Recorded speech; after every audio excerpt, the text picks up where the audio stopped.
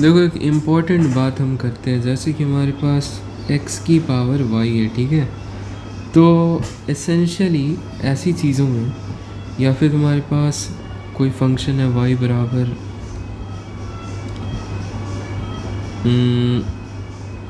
a की power x, कुछ भी, ठीक है। एसेंशियली a पॉजिटिव होता है। क्यों होता है? क्योंकि a पॉजिटिव रहेगा तो मतलब ग्राफ जो है ना ऐसा आएगा, वरना ग्राफ थोड़ा सा अजीब सा आएगा, डिसकंटिन्यूअस आएगा, है ना। मान लो a नेगेटिव है, -2 ही ले लो या -1 ले लो, तो भी माइनस, अब x मान लो 3 रखते हैं या x मान लो -2 रखते हैं, तब तो कोई दिक्कत नहीं है, तब तो ठीक है। पर अगर x को मैं 1/2 रखता हूँ तो इसकी पावर 1/2, ये तो आयोटा आ गया। पर मैं चाहता था कि x और y रियल आए, तो y रियल आ नहीं रहा है। अच्छा, -1 की पावर 1/3 तो इमेजिनरी नहीं है।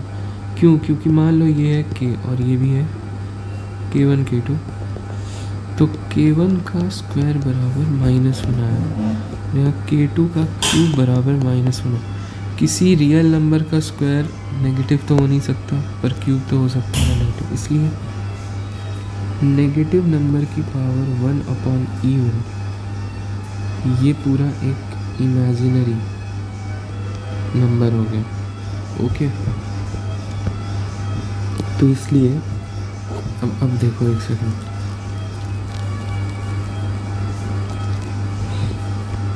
जैसे -1 की पावर तुम अगर -1/2 भी करते हो ना, तो इसको तुम 1/-1 की पावर 1/2 लिख सकते हो, विच इज एसेंशियली यही। तो मैं ये कह रहा हूँ कि इसका ग्राफ कैसे बनाऊँ। मान लो -1 की पावर x है, y बराबर, ठीक है। तो 0 to 1 में ग्राफ डिसकंटिन्यूअस आएगा, और कहाँ पर क्या आएगा ये भी नहीं पता, है ना। हमें ये भी नहीं पता कि x को अगर मैं कोई इरेशनल नंबर रख देता हूँ पाई या फिर √2, तो नेगेटिव की पावर √2 नेगेटिव ही होगा या पॉजिटिव होगा। मतलब कि यहाँ पर जो दिक्कत है, इवन 1 के बाद भी दिक्कत है, यानी कि इसका पूरा ग्राफ डिसकंटिन्यूअस आएगा, और वो हम बता ही नहीं पाएंगे कैसा ग्राफ आएगा, है ना। जबकि अगर पॉजिटिव नंबर उसकी पावर तुम कुछ रखते, मान लो 7 की पावर e, तो ये पॉजिटिव ही आएगा ना।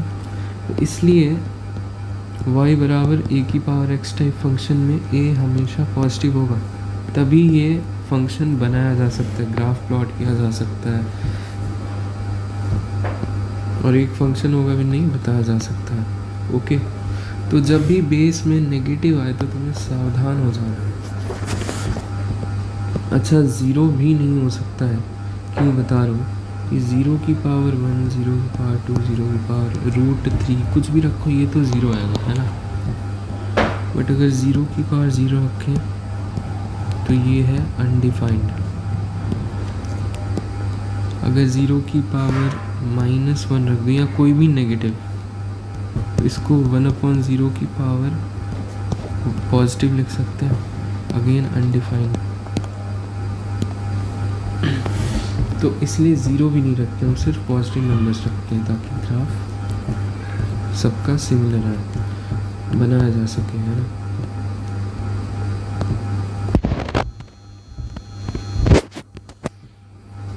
अच्छा, अगर a की पावर x y बराबर, इसमें a को 0 रखते हैं तो x ग्रेटर दैन 0 होगा,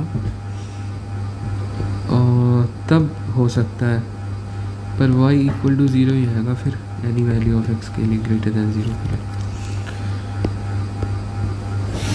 अब हम ये करते हैं कि अगर a की पावर b बराबर c की पावर d है, तो a b c d क्या क्या हो सकते हैं ना। तो पहला कि 1 की पावर कुछ भी करे 1 ही रहता, आई नो।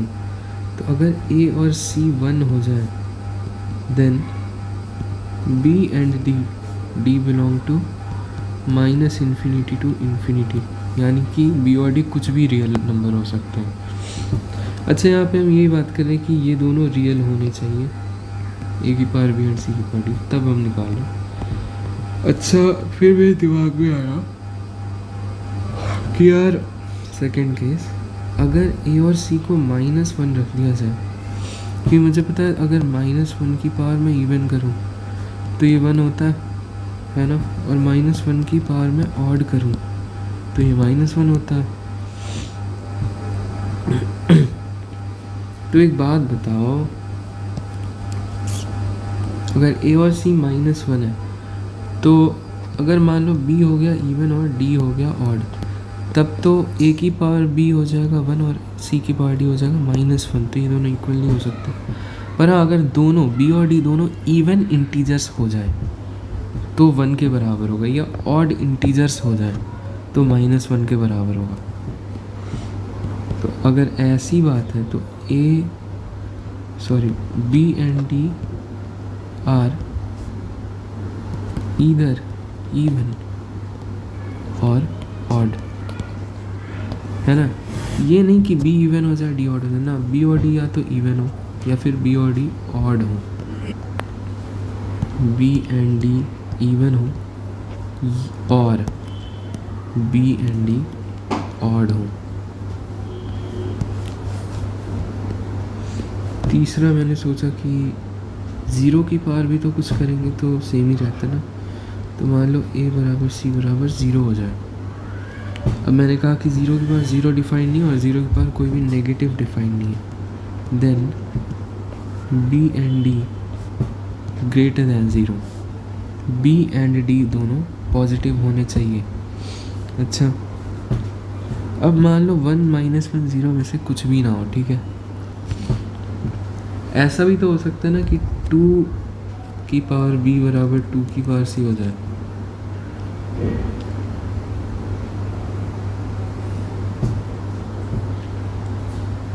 और तब यहाँ पर b और c को भी सेम आना पड़ेगा, है ना।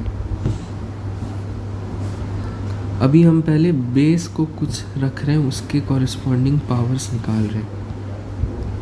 मान लो a बराबर c हो जाए, it is not equal to -1 0 1, क्योंकि ये 3 केसेस हम ऑलरेडी ले चुके हैं, ठीक है।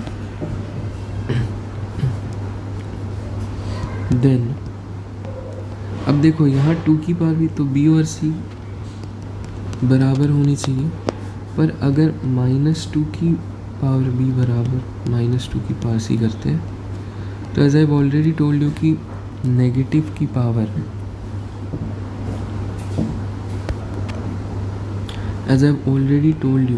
कि नेगेटिव की पावर सिर्फ और सिर्फ इंटीजर रखी जा सकती है। अगर तुम फ्रैक्शन लोगे तो दिक्कत, पर 1/3 लोगे तो दिक्कत नहीं है, ओके। तो कभी भी नेगेटिव बेस है तो उसमें चेक कर लेना होगा कि, या फिर तुम इरेशनल पावर भी नहीं ले सकते, क्योंकि तुम्हें पता ही नहीं चलेगा नेगेटिव को इरेशनल टाइम्स मल्टीप्लाई करेंगे तो क्या आएगा। जैसे कि -2 की पावर 1/3, ये तो ठीक है, ये डिफाइंड है, पर -2 की पावर 1/2 ये कोई भी रियल नंबर नहीं है, ये हो जाएगा √2i, तो ये एक इमेजिनरी नंबर है। क्यों बता चुका हूँ ऑलरेडी, बराबर x ले लो और फिर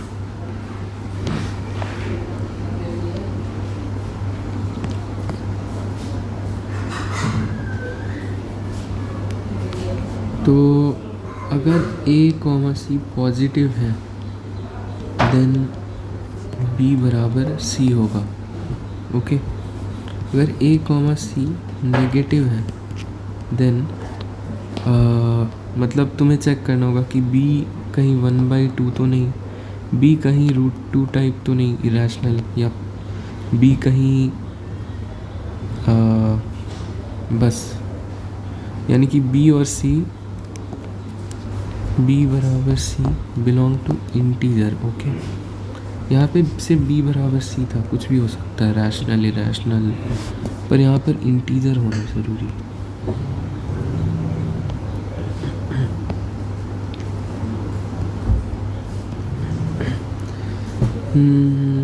नेक्स्ट अगर मैं बात करूँ, अब देखो यहाँ पे तो पहले हमने बेस को कुछ सेट किया, उसके बाद पावर निकाली, पर हम ये भी तो कर सकते हैं। मुझे पता है कि अगर किसी भी चीज़ की अगर मैं ज़ीरो पावर कर दूँ तो 1 आता है, पर ज़ीरो की पावर ज़ीरो डिफाइन नहीं है। ओके, तो एक फिफ्थ केस और बन गया कि अगर बी और सी ज़ीरो है, then sorry B and D zero है, A and D are non zero real, यानी कि ज़ीरो के अलावा बाकी कोई भी रियल नंबर हो सकता है। और डी फॉर एग्ज़ाम्पल -2 की power zero is equal to -1/2 कुछ भी, इसकी power zero which is equal to 1। Okay,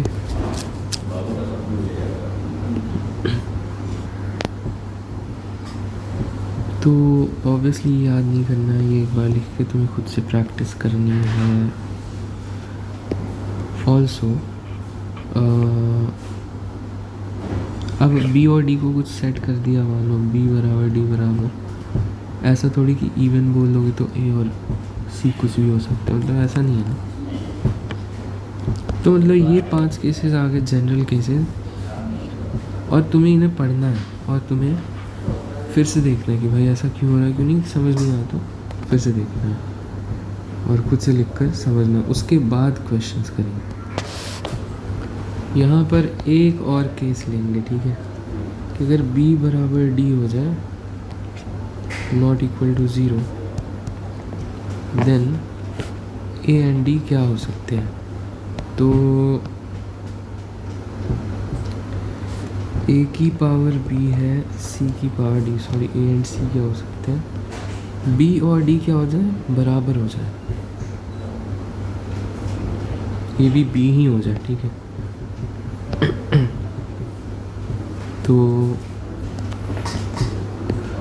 तो अब देखो इसमें ना, मतलब इसमें दिक्कत होगी, जैसे कि a की पावर b बराबर d की पावर सॉरी c की पावर b हो गया ना, b और d बराबर है, तो इसमें दिक्कत होगी भाई, b इवन है तो अलग केस, b ऑड है तो अलग केस, b इरेशनल है या फ्रैक्शन है तो अलग केस। मतलब इसमें क्या होना कि क्वेश्चन में तुम रख के चेक करना कि b बराबर d है तो a और c ऐसा तो कुछ नहीं आ रहा जिससे कि डिफाइंड ही ना हो, ठीक है।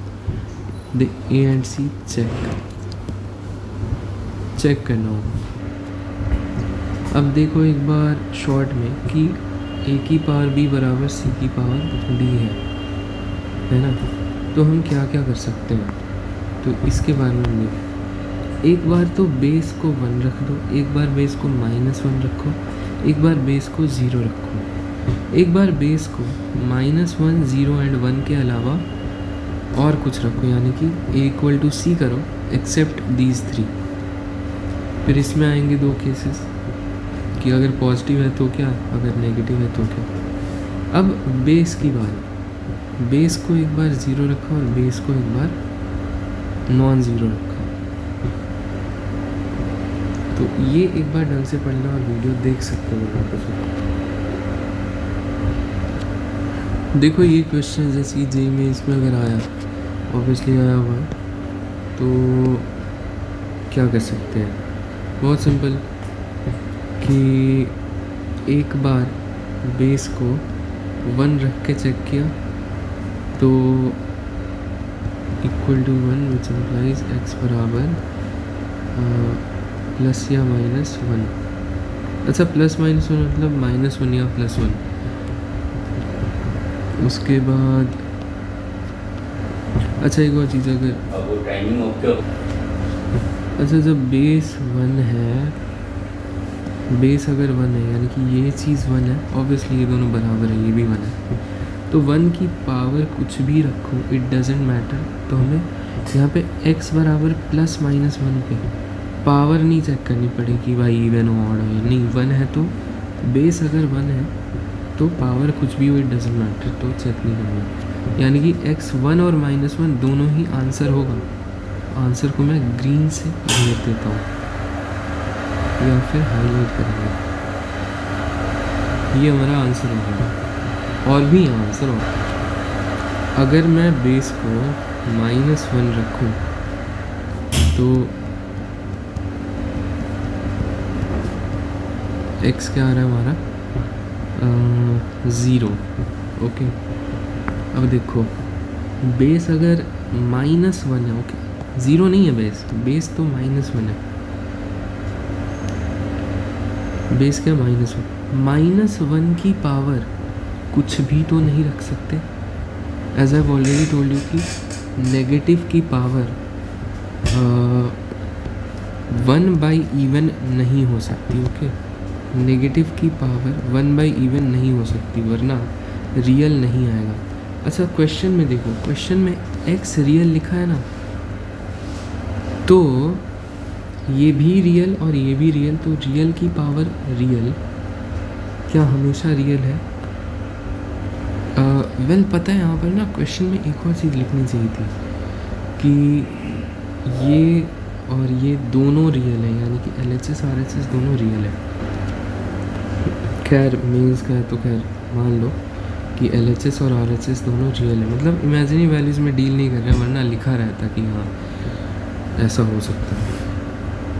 वो छोड़ो, बेस को हमने -1 रखा, तो हमें ख़ास ख्याल रखना पड़ेगा कि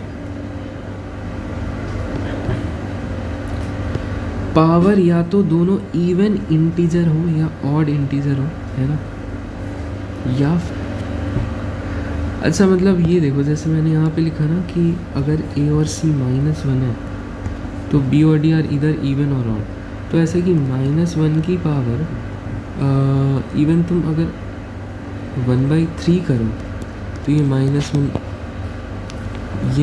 ही होगा, -1 की पावर 3 करो तो ये -1 भी होगा। तो इसमें तुम ये इंक्लूड कर लेना कि हाँ भाई 1/odd या 1/even भी हो सकता है, नहीं 1/even नहीं हो सकता। ओके, और 1/odd है ना, इरैशनल नहीं हो सकता, इवन और ऑड इंटीजर्स और 1/odd इरैशनल नहीं हो सकता, -1 की पावर जैसे √2 ये सब नहीं, क्योंकि नेगेटिव को √2 टाइम्स मल्टीप्लाई करोगे तो क्या पता पॉजिटिव आएगा। वो छोड़ो, यहाँ पे मैंने बेस को -1 रखा तो x 0 आ गया। एक काम करो ना, 0 रख के देख लो इसमें क्या आ रहा है, तो ये आ रहा है 2 और ये आ रहा है 6। अच्छा अब तुम चेक करो, -1 की पावर 2 इक्वल है -1 की पावर 6 से, यस है। अगर ये 3 आता तो नहीं होता, तो यानी कि x = 0 भी हमारा एक आंसर हो गया। ठीक है, अच्छा अब बेस को 0 रख के देखेंगे, इट इम्प्लाइज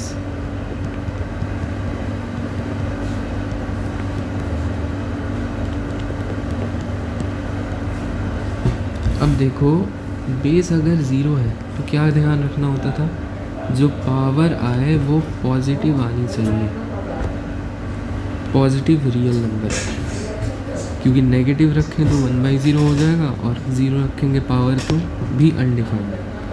तो x = 1/√2 पे चेक करो क्या पावर पॉजिटिव आ रही है, तो हाँ ये पॉजिटिव आ रहा है, ये पॉजिटिव है, ये भी पॉजिटिव है। x = -1/√2 पे चेक किया तो प्रॉब्लम होगी, ये आ गया नेगेटिव, पर ये तो हमेशा पॉजिटिव ही रहेगा, तो इसका मतलब x = -1/√2 आंसर नहीं हो सकता, ओनली x 1/√2 आंसर होगा। ठीक है, सिर्फ और सिर्फ यही आंसर होगा। अच्छा बेस को 1 रख दिया, -1 रख दिया, 0 रख दिया, बाकी उसमें बराबर तो है। अब पावर को देखो,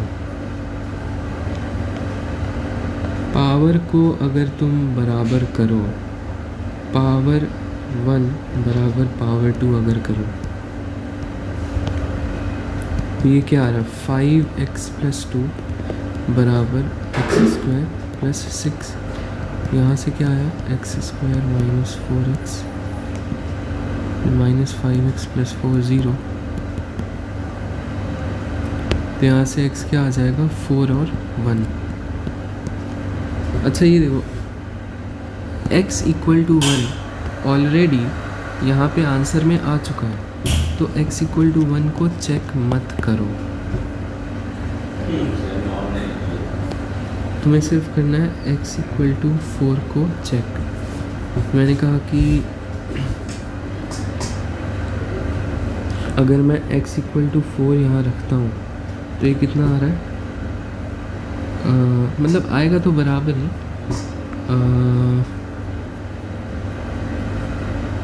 बराबर में क्या आ रहा है, 22 आ रहा है ना, तो ठीक है, मतलब कोई दिक्कत नहीं है। अच्छा एक और चीज़ की x=4 यहाँ भी रख के एक बार देख लो कितना आ रहा है, तो 31 आ रहा है क्या, हाँ 31 की पावर 22, कोई दिक्कत नहीं है, यानी कि x=4 हो सकता है।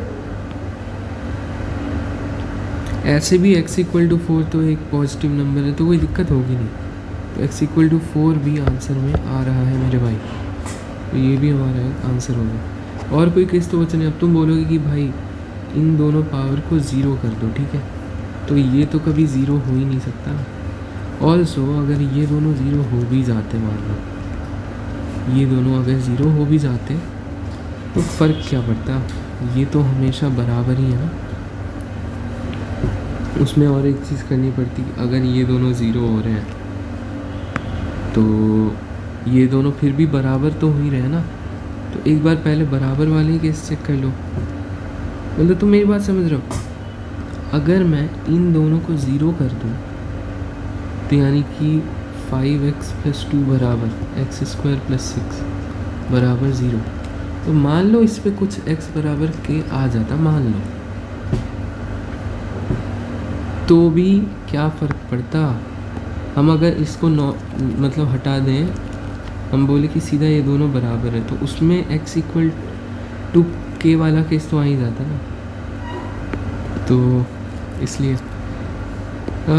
ये समझने में कहीं हो सकता है दिक्कत थोड़ी बहुत हुई हो, पर आंसर क्या आ गया, आंसर आ गया 1 - 1 0 1/√2 और 4, ठीक है।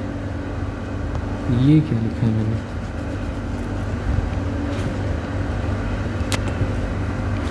देखो इसमें हमें अलग अलग चेक करना पड़ता है, क्योंकि जैसे यहाँ पे A और C भी तो अलग अलग हो सकते हैं ना, पर हमारे क्वेश्चन में क्या था कि ये बेस तो ऑलरेडी बराबर ही है एक दूसरे पे, तो जैसे अलग अलग अगर बेस होता ना तब तुम बोलते कि भाई B और D पावर अगर ज़ीरो है तो A और C कोई भी नॉन ज़ीरो नंबर हो सकता है, पर अगर पावर नॉन ज़ीरो है तब तो भाई बहुत सारे केस चेक करना पड़ेगा कि A और C क्या आ रहा है।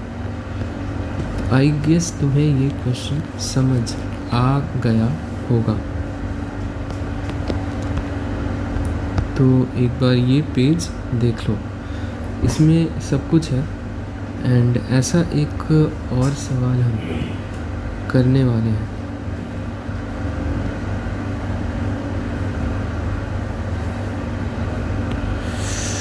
ठीक है, ये चीज़ बहुत इम्पोर्टेंट है भाई, ये चीज़